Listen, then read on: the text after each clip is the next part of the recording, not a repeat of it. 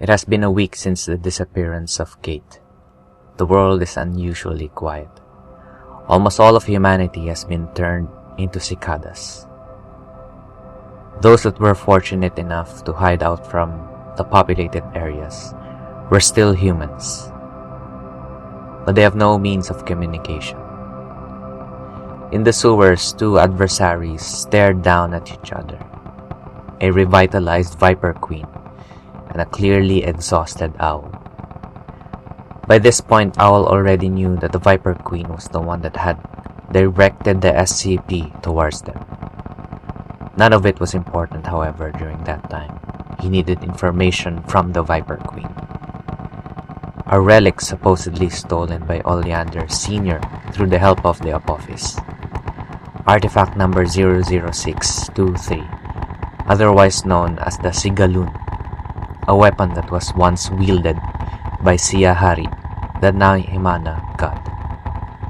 To the Owl, this could be a way to reverse everything.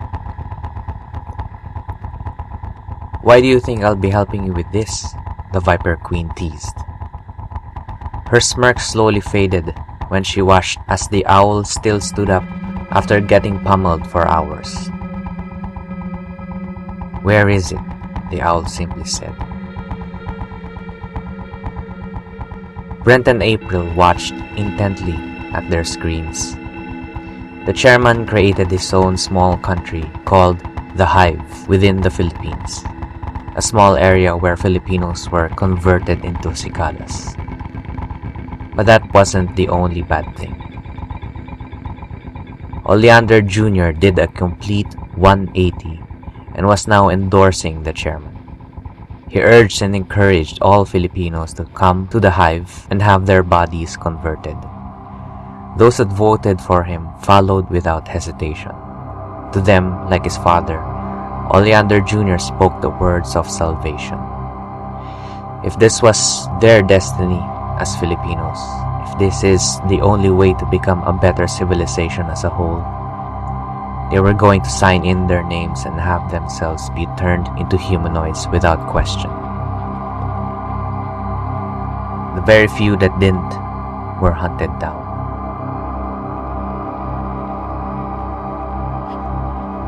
Brent took a quick look at his watch and decided that their time was up. It was time to get out of the base, or else they would be captured to either be killed or be converted. He sent out a notification to Owl that it was time to go. Taylor had lost his entire set of friends, as they had decided to go to the Hive and be converted. All but one, Emerald. After watching SCP agents go berserk and leaving Raven, the M unit, and the 3 remaining SCP members on the curb, they've since taken care of them in an abandoned house far from the eyes of the chairman. A few days later, they found Athena and also took her in. Life was hard for them. Not only did they need to care for the injured and unconscious Raven and the SCP agents, but they also had to steal food to survive. The world outside was in chaos, but for the chairman, this was just the beginning.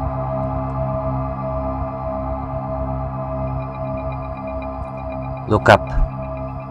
See those cicadas marching? You've lost. Why can't you just accept that? The Viper Queen said, as the Owl strained to keep upright. Don't be smug. You don't like what's happening either, Owl responded. It was true. If the Viper Queen had agreed to the chairman, she'd have already offered to help out with his plans above ground. Instead, she's still hiding in the sewers. Her vanity and selfishness kept her out of the sun. But instead of accepting these facts, she thought of a way to further torment the Owl. So you're saying you're willing to reverse all that with the Sigaloon? The Apophis did confiscate it after they destroyed the Nahimana. but it was already missing when I saw our records. We do have records of it being stolen, the Viper Queen said. The sigaloon is an ancient Nahimana weapon that has been lost throughout time.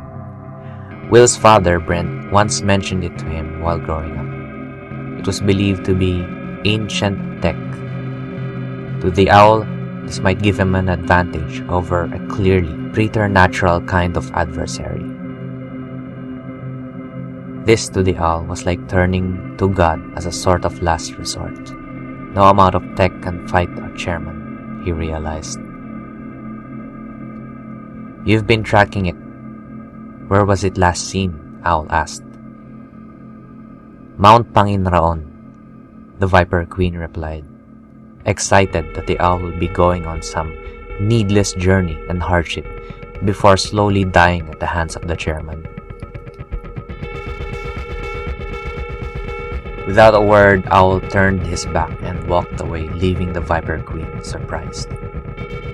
The owl never turned his back on any of his enemies. He really did want this. A tinge of doubt bled through her mind. What if in the end, he does win? It took 2 hours for Owl to travel back to their meetup location.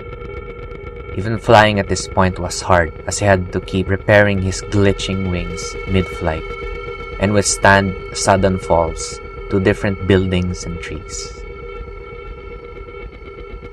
He found a rock near the shore at Nagsubo Bay and immediately fell asleep. In the black nothingness, a sudden sharp memory of Kate's disappearance violently woke him up in panic. Right on cue, his father's modified Ekranoplan arrived at shore. Owl boarded the ship, and they hovered off towards the open sea. April looked on as she watched her son struggle to stay awake. She felt sad with what Will was going through. He'd been babbling about some organization called the SCP and their reality-bending tech that was modified and how he can reverse its effects. Her husband Brent did confirm that the SCP did exist, but this was all too much. As a mother, all she wanted was to make sure her son was doing all right. Mount Panginraon was a mountain directly west of April's home back in Dumalag, Capiz. It looked like a good opportunity too, to just pull her son out of all of this and give him time to grieve. Kate was gone.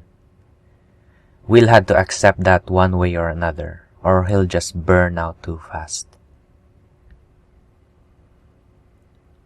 You can wait sa bahay natin sa Dumalag, Owl said. Even now, Will insists on doing things alone. And so April packed up his backpack with a raincoat and a bottle of water, and some spam-filled onigiris. Owl was harsh and refused to bring any of it. But upon seeing his mother's reaction, he just took it and flew out of the hatch of their Ekranoplan.